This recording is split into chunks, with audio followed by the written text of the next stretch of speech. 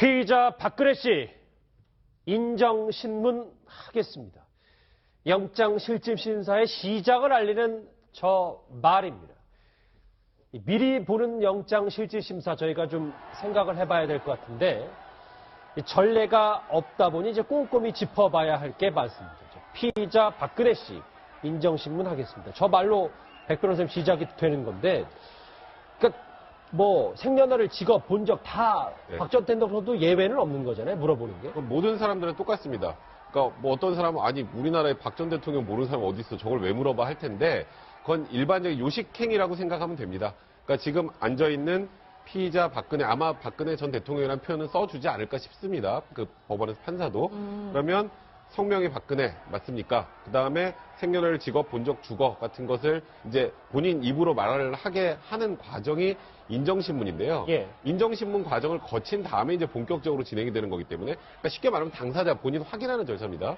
확인하는 절차는 우리나라 모든 국민이 영장실질심사 받는 과정에 앞에 서게 되면 그리고 모든 법원의 재판을 받을 때 역시 시작할 때 다 인정신문을 받기 때문에 이 절차는 생략할 수 없는 그런 절차라고 보시면 됩니다. 네, 이중근 의원은 사실 이번 주 목요일에 박근혜 전 대통령이 법원에 출석을 하면 사상 초유의 일이 될 텐데 역사적으로도 굉장히 큰 일이 되겠죠. 네, 그렇습니다. 지금 사실 물론 전직 대통령이 지금 그 소환되고 또 이제 구속되고 하는 일들은 사실 노태우 대통령 또 전두환 대통령이 있었습니다. 그런데 그때는 이 인정신문이 없었어요. 그러니까 실질심사가 없었어요. 그러니까 97년도부터 피의자들의 인권을 보호하기 위해서 만들어진 법입니다. 그러니까 이것이 사실 오해의 여지가 있는데 우리가 이제 텔레비전에서 보면 사실상 이렇게 이 실질심사를 받으러 오는데 카메라 세례 오고 해서 마치 모욕을 주는 것처럼 보이지만 이 법이 만들어진 가장 큰 이유는 인권을 보호하기 위해서예요. 그 전에 그냥 서면 심사만 했거든요.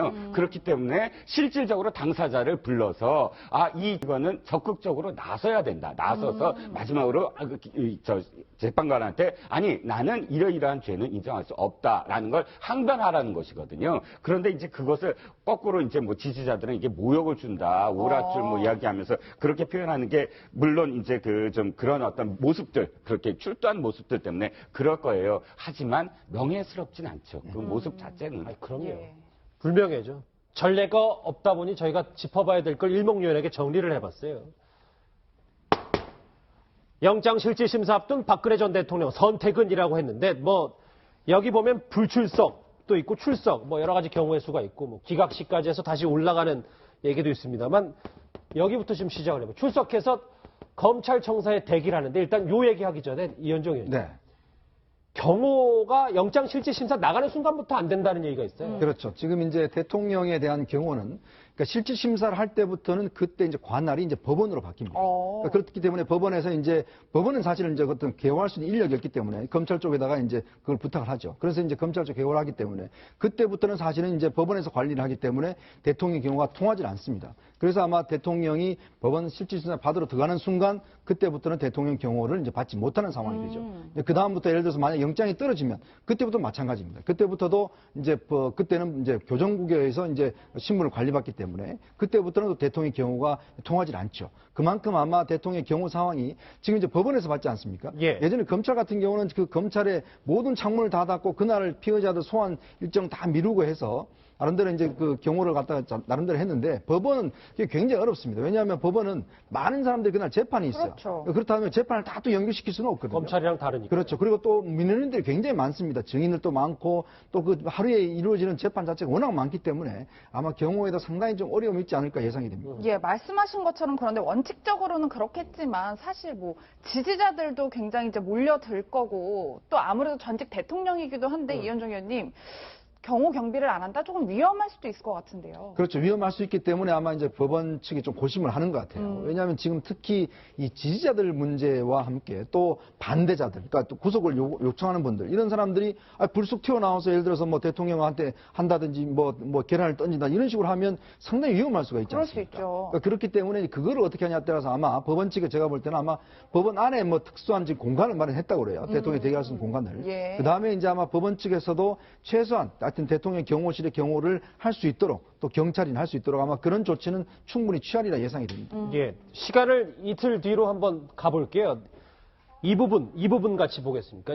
박근혜 전 대통령이 만약에 출석을 해서, 예, 한번 보시죠. 예, 출석을 해서 대기를 하는데 통상적으로 이제 1시간 전까지 보통 사람들 같은 경우는 검찰청사 조사실에서 이렇게 법원을 영장실질심사를 받으러 법원으로 이동하는데 이번에는 백 변호사님 이렇게 이 검찰을 건너뛰고 삼성동 자택에서 바로 법원을 갈 수도 있다면서요? 저는 그 가능성이 훨씬 높다고 생각이 들어요. 왜냐하면 검찰청사, 그러니까 먼저 설명을 드릴게요. 영장실질심사가 날짜가 딱 나오면 사실상 동시에 구인장이 나오는 거예요. 그렇죠. 그러니까 검찰이 사람을 데리고 올 수 있는 권한을 줍니다, 법원에서. 그런데 이제 통상적으로는 1시간 전까지 검찰청으로 출두하라고 하고 출두하지 않는 경우에 이제 구인장이 발동되거나 이제 뭐 예를 들어서 거기서 영장실질심사를 포기하면은 이제 구인하지 않는 건데 이제 검찰청에 한번 들렸다가 법원으로 오게 되면 검찰까지 또 한번 또 통제를 해야죠. 그리고 또 검찰에서 법원 가는 과정 또 통제를 해야죠. 여러모로 복잡한 절차가 있기 때문에 아마도 경호팀과 협의를 해서 법원으로 직접 나오게 하는 방법이 하나 있습니다. 삼성동에서 서울중앙지법으로 네, 바로. 바로 와서 그러니까 우리가 통상적으로는 저기 서관 쪽에 4번 출구로 들어가게 되는데 그러면은 일반인들하고 똑같이 다 이 검색을 하고 들어가거든요.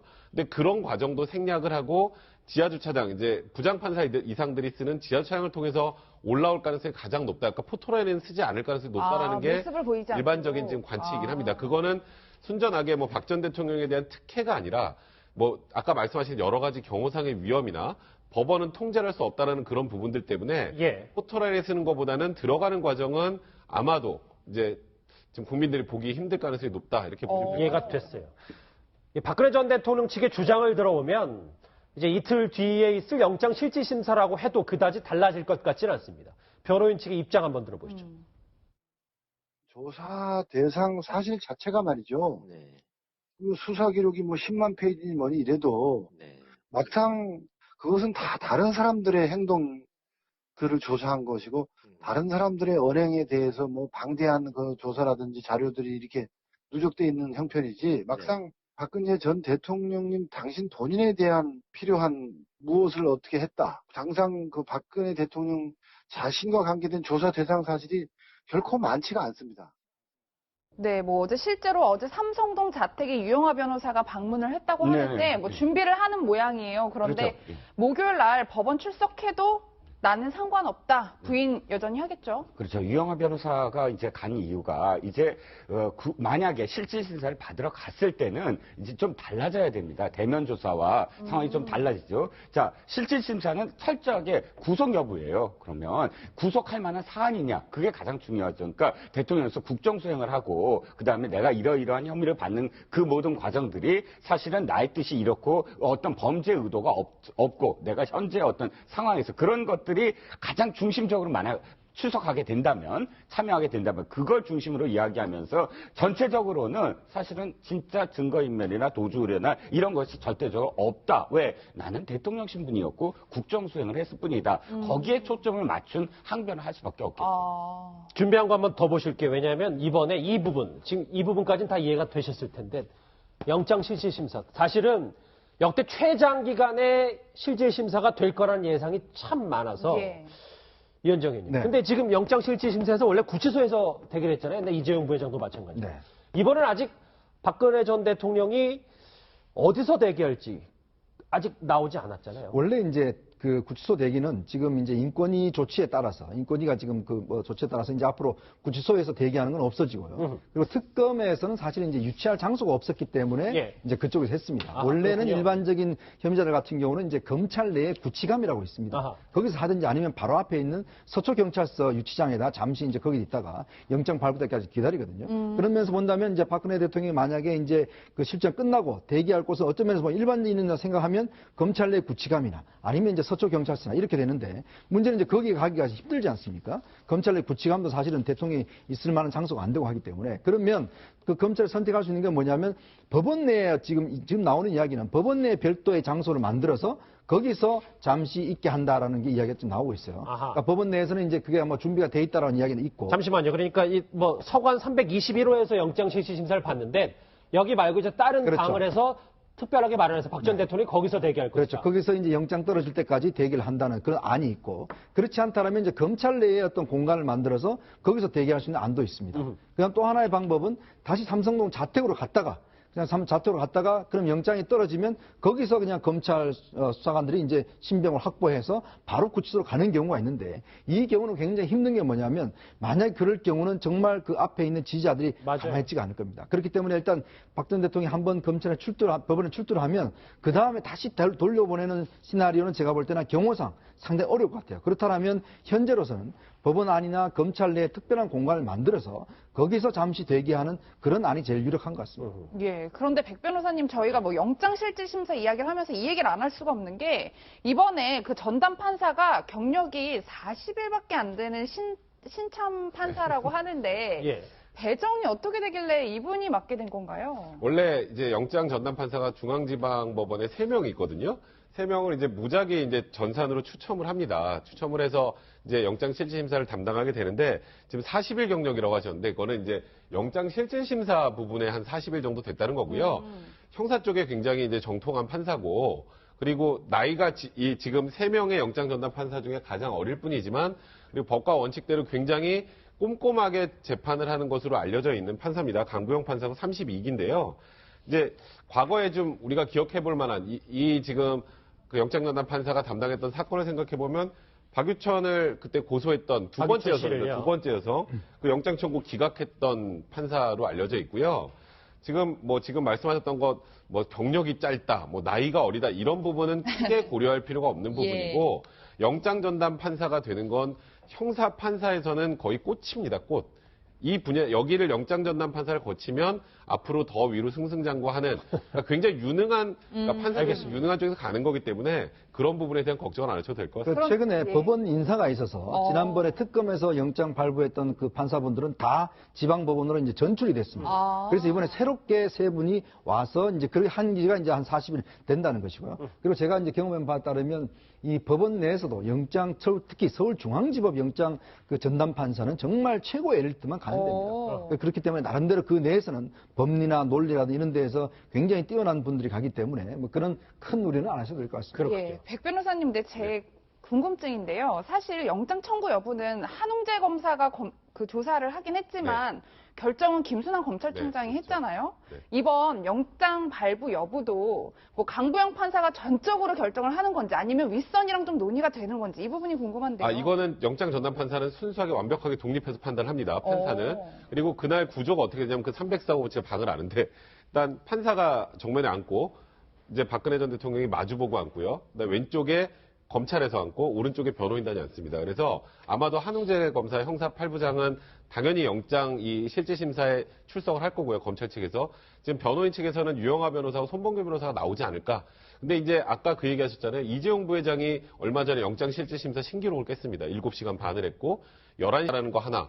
두 번째로는 이재용 부회장의 그 영장 실질심사를 담당했던 변호인단은, 그러니까 대형 로펌에 아예 그쪽의 전문가들이 전부 다 달라붙어서 굉장히 많은 양의 자료를 냈기 때문에 오래 걸렸다는 얘기가 나오는데, 과연 박 전 대통령의 지금 제가 대리인단이 별로라는 의미가 아니라 지금 박 전 대통령하고 독대 시간도 너무 짧고요. 그 부분을 정리해서 정확하게 오랫동안 그렇게 진행을 할 수 있는 상황이 될지는 좀 미지수입니다. 지금 밑에 나가고 있는 말들 보이시죠? 이제 박사모 측, 이게 친박단체 측은 민영선 이제 보니까 이제 검찰은 이제 맹비난하고, 자, 그래도 마지막 한 줄기가 이제 법원이다라는 심정으로 저렇게 뭐 우병우, 이영선도 영장 청구 기각됐다, 뭐 이런 얘기를 좀씩 흘리고 있네요. 그러니까 법원에서는 이제 그래서 우리가 나오는 얘기가 검찰이 상당히 좀 곤란하기 때문에 법원에다 공을 떠넘긴 게 아니냐. 지금 이런 얘기도 나오면서 법원의 결정에 따르면 법원에서 내린 결정은 사실 국민 여론도 함부로 할 수 없는 거 아니겠습니까? 특히 뭐 야권도 일테면. 그렇기 때문에 검찰이 상당히 곤란하게 우병우 전 수석 때처럼 그 법원에다 영장을 떼넘긴 게 아니냐. 그러면서 그 부분에 대해서 그 박사모 측 분들은 상당히 이제 신락 같은 기대를 하고 있는 것 같습니다. 그런데 어찌됐건 간에 영장 전담 재판부도 법과 원칙에 따라서 또 법과 양심에 따라서 그 재판부가 판단을 해서 영장 여부를 갖다 하는 걸로 그렇게 보시면은 되겠습니다. 그래서 우리 국민들은 이 법원의 판단에 대해서는 어떤 결과가 나오든지 간에 받아들일 수밖에 없는 그런 원칙적인 그런 결과가 나올 거라고 저는 그렇게 기대합니다. 예, 백 변호사님 뭐 31일 새벽쯤에 이제 결과가 나올 것으로 예상이 되는데 그렇다면 강변 판사가 혼자 고민해서 결정을 하고 일방적으로 통보하는 걸까요? 아니면 전혀 정말 윗선에 보고 한 통 전화 없이 본인이 전적으로 판단한다 이렇게 봐야 되는 건가요? 그러니까 원칙적으로는 제가 말씀드린 거 원칙적으로는 영장 전담 판사 독립해서 본인이 판단하는 거고요. 아마도 전직 대통령의 구속과 관련된 결정이니까 중앙지방법원장에게는 그래도 통보를 미리 하지 않을까요? 뭐 그 정도 추측은 할 수 있지만, 예. 근데 뭐 윗선에서 구속시켜라 했다고 구속하는 거고, 뭐 윗선에서 구속시키지 말아라고 구속시키지 않는 건 아니기 때문에 판단은 전적으로 강부영 영장 전담 판사가 한다고 보시면 될 것 같습니다. 그렇군요. 지금 근데 영장 실시 심사 앞두고 또 하나의 무슨 뭐 비밀 수첩이 하나 있다고 해서 언론에 보도가 예. 나왔는데 이종우 실장. 네네. 박 전 대통령이 항상 몸에 지니고 다니는 그 업무 수첩에 대해서 그게 있으면 아마 여러 가지 이 국정농단의 키도 좀 어느 정도 풀릴 거다라는 얘기가 있더라고요. 자, 그게 무슨 뜻이냐면 이겁니다. 지금 우리가 가장 결정적인 증거가 두 가지가 있다고 하는 게 하나는 안종범 수석의 사초의 그 버금가는 그런 수첩들, 그 적은 수첩들과 그 다음에 정호성 비서관의 녹취 파일 아닙니까? 근데 안종범 수석의 이 적혀져 있는 내용을 갖고 갑론을박이 있어요. 왜냐하면 문장으로 구성된 것도 아니고 몇몇 개 단어. 그러니까 박 대통령이 이야기한 것을 받아 적었는데 그 단어만 갖고서 이것을 박 대통령이 직접적으로 이런 지시를 내렸다라고 단언할 수 있느냐라는 그런 반론이 제기되거든요. 그랬을 때 만약에 박 전 대통령이 언제나 갖고 있었다는 수첩, 그 수첩을 읽어서 지시를 했다면 양쪽으로 그것을 맞춰서 대조해 볼 수가 있다. 그러니까 어느 시점에서 안종범 수석이 써져 있는 수첩의 내용이 어느 수첩에서 이쪽 수첩에서 나온 내용과 일치한다면 문장이 형성이 될 수 있다. 그러니까 빼도 막도 못하고 어떠한 지시 내용이 완벽한 문장으로 구성될 수 있다는 것이죠. 알겠습니다. 예. 사상 초유의 전직 대통령 영장 실질 심사이기 때문에 짚어봐야 될 대목들이 참 많아서 저희가 국회 탄핵소추위원이기도 했고 판사 출신인 민주당 박범계 의원에게 직접 한번 물어봐야겠습니다. 의원님 안녕하십니까? 네, 안녕하세요. 박범계입니다. 영장 실질 심사에서 영장이 발부될 가능성은 얼마나 된다고 보십니까? 아마도 이재용 부회장, 또 김기춘, 조윤선 이런 분들, 최순실은 물론이고요. 다 공범들이 구속 기소가 됐기 때문에 예. 영장 발부 가능성이 대단히 높다 이렇게 보여집니다. 대단히 높다. 숫자로 좀 표현하면 좀 더 이해가 편할 것 같은데요. 그래서 뭐 9할 이상이다 이렇게 보여집니다. 90% 이상이다. 예. 예. 박 의원님, 그렇다면 네네. 저희가 박 전 대통령의 모습을 법원에서 목요일 날 볼 수 있을까요? 없을까요? 어떻게 보시나요? 지금 신문용 구인장이 발부가 됐으니까요. 검찰로 출석을 해서 검찰에서 구인 그렇지만 저는 철저하게 본인 혐의를 지금 부인하고 있기 때문에 예. 아마 영장 전담 판사를 상대로 법정 투쟁을 할 가능성이 높다. 그래서 출석 가능성이 있다고 저는 보여집니다. 아하. 부인을 하기 때문에 법정 투쟁 그러니까 모습을 드러낼 예. 것이다. 네네. 제가 의원님 SNS를 쭉 살펴보니까 구형 22년을 주장하셨는데 그게 좀 현실성이 있는지요? 아니요. 그 얘기는 뭐냐면 김샘이라고 예. 한일 위안부 합의 무효를 주장하면서 일본 대사관 그 홀에 들어갔다고 그래가지고 1년 6월을 검찰이 구형했습니다. 예. 예, 그거에 견주어 보면 법 앞에 평등하다는 입장에서 볼 때면 박근혜 전 대통령도 22년 구형해야지 맞다라는 그러한 비유지 예. 이렇게 구형이 된다는 얘기는 아닙니다. 아하, 예. 그렇군요. 박 의원님, 뭐 구형 이야기가 나와서 묻는 질문인데요. 만약에 이번에 영장이 발부가 된다면 박 전 대통령 뭐 중형 선고를 피해가기 어렵다. 저희가 이렇게 예측해 볼 수 있을까요? 그렇습니다. 지금 특가법 뇌물수수는 징역 10년에서 30년까지 거기다가 여러 범죄가 경합되어 있기 때문에 2분의 1 가중하면 형의 범위는 45년까지 늘어납니다. 예. 물론 무기징역을 선택할 수도 있고요. 오. 대단히 중한 범죄입니다. 그 뇌물 수수의 액수로는 전 세계적으로 굉장히 아주 중한 범죄에 해당하는 그래서 유죄가 인정되면 중형을 피할 길이 없다고 저는 보여집니다. 45년이나 무기징역 중형이다. 하나만 더 여쭤봐야 될 것 같은 게 뭐냐면 저희가 아까 얘기를 쭉 했었는데 일각에서는 이 유력 대권 주자인 문재인 전 대표를 의식해서 검찰이 무리하게 영장 청구를 했다라는 주장도 하거든요. 그거에 대해서 의원님은 어떻게 보세요? 김수남 검찰총장이고 이영렬 서울중앙지검장인데요. 예. 전혀 뭐 문재인 전 대표를 포함해서 민주당 쪽 인사는 아무런 인연이 없습니다. 그렇지 않고요. 예. 더더구나 문재인 전 대표는 민정수석 할 당시에 그 막강한 권한을 갖고 있음에도 불구하고 검찰총장과 한 라인도 갖고 있지 않았습니다. 예. 전혀 얼토당토하는 얘기입니다. 알겠습니다. 판사 출신인 더불어민주당 박범계 의원과 직접 얘기를 나눠봤습니다. 말씀 고맙습니다. 네, 감사합니다. 90%라고 얘기를 하네요. 90%. 알겠습니다. 오른쪽에 준비한 거 한번 보시죠. 이쪽 얘기도 좀 해봐야 될 것 같아서 이현종 의원님. 네. 뭐 이쪽 뭐 불출석 얘기도 있는데 아마 뭐 박범계 의원도 그렇고 여기 계신 분들도 아마 나와서 박 전 대통령이 출석을 해서 아마 대기 영장실질심사까지 다 할 거다라는 얘기가 있고 이 기각대 얘기를 좀 해봐야 될 것 같은데 만약에 영장이 기각되면 바로 삼성동 자택으로 돌아가는데 경호는 되는데 운전기사는 지원이 안 된다는 얘기가 있어요.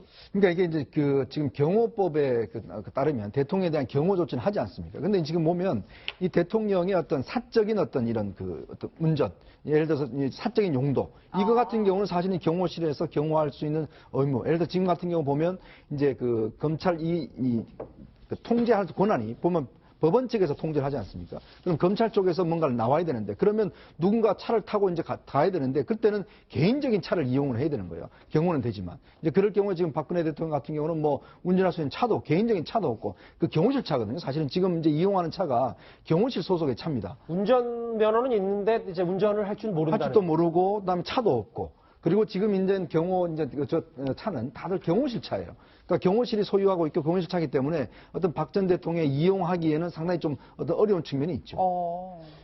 박근혜 전 대통령의 구속영장이 만약에 발부가 되면 이 인물과 그리 멀지 않은 장소에 함께 수감될 가능성이 큽니다. 화면으로 그 인물 만나보시죠. 검찰 수사도 그렇고 특검 수사도 그렇고 너무 강압적이고 너무 압박적이라서 너무 사람이 거의 죽을 지경입니다. 너무 압박과 강압 수사를 받아서 그래서 제가 지금 특검도 못 나가고 있습니다. 그러니까 이런 거는 저한테 보여주셔도 소용이 없을 것 같아요. 읽으시고 변호사하고 상의해서 내가 말한 대로 진술한 대로 되어 있는 거 확인하시고 서명 날인을 하신 건지 그것만 확인해 주시면 됩니다. 그건 나중에 말씀드리겠습니다. 지금 형사재판 중인 상황인데 그걸 가지고 지금 저한테 물어보시는 건 아닌 것 같습니다. 네, 사실 보신 것처럼 최순실 씨의 그동안 입장은 꽤 당당하고 예. 큰 소리도 치고 이런 모습이었는데 뭐 최근에는 좀 눈물도 보이고 뭐 죽지 못해 산다, 뭐 국민들께 그렇죠? 사죄한다 이런 표현을 하는 거 보면 예. 좀 심경의 변화가 왔다 저희가 이렇게 볼 수 있습니다. 그런데 개별 사안으로 봐야 돼요. 이거를 더 뭉뚱그려서 이 사람이 지금 눈물을 흘리고 있다라고 함께 전체적으로 할 게 아니라 자 최근에 눈물 흘릴 거는 어떤 건이냐면 그 경위를 보던 비서 모 A 씨가 지금 이 증인으로 나왔는데 그 A 씨의 증언이 굉장히 중요해요. 왜냐하면 그 A 씨가 왜 나왔냐면 우리가 그 검찰이 지금 어떤 사무실에서 증거를 갖고 나오는데 사실은 불법적으로 갖고 나왔다고 최순실 씨는 주장하고 있는 것이거든요. 근데 검찰은 이 A 씨가 그 자리에 있었다는 거예요. 참관을 했다. 그래서 증인으로 내세우는데 거기에 대해서 사실은 자신한테 유리한 증언을 해달라. 그런 의미로 사실 눈물도 흘리고 참 오랜만이다라고 할 가능성이 굉장히 높다는 거죠. 왜냐하면 마지막에 눈물을 흘리고 오랜만이다라고 개인적인 소회를 밝히고서 뭐라고 했냐면 검찰이 뭐 어떤 회유를 해도 굴하지 말고 너의 권익을 지켜라, 권리를 지켜라. 굉장히 참 좋은 얘기, 인권을 지켜라라는 얘기처럼 들리지만 사실은 검찰이 요구하는 대로 답하지 마라. 이런 뜻으로 해석이 가능하거든요. 그렇기 때문에 특정한 목적이 있는 눈물이었다라고 지금 해석할 수밖에 없어요. 그리고 제가 하나만 말씀드리면 지금 아까 그 판넬에서도 그렇고 만약에 영장이 발부될 경우에 서울구치소를 갈 것을 거의 지금 상정을 하고 말씀 많이 하시는데 그거는 확정은 아닙니다.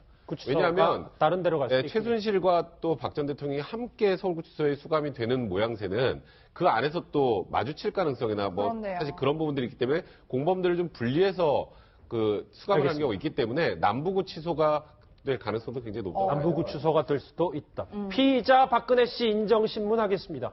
한 40여 시간 남았나요? 미리 보는 영장실질심사 짚어봤습니다.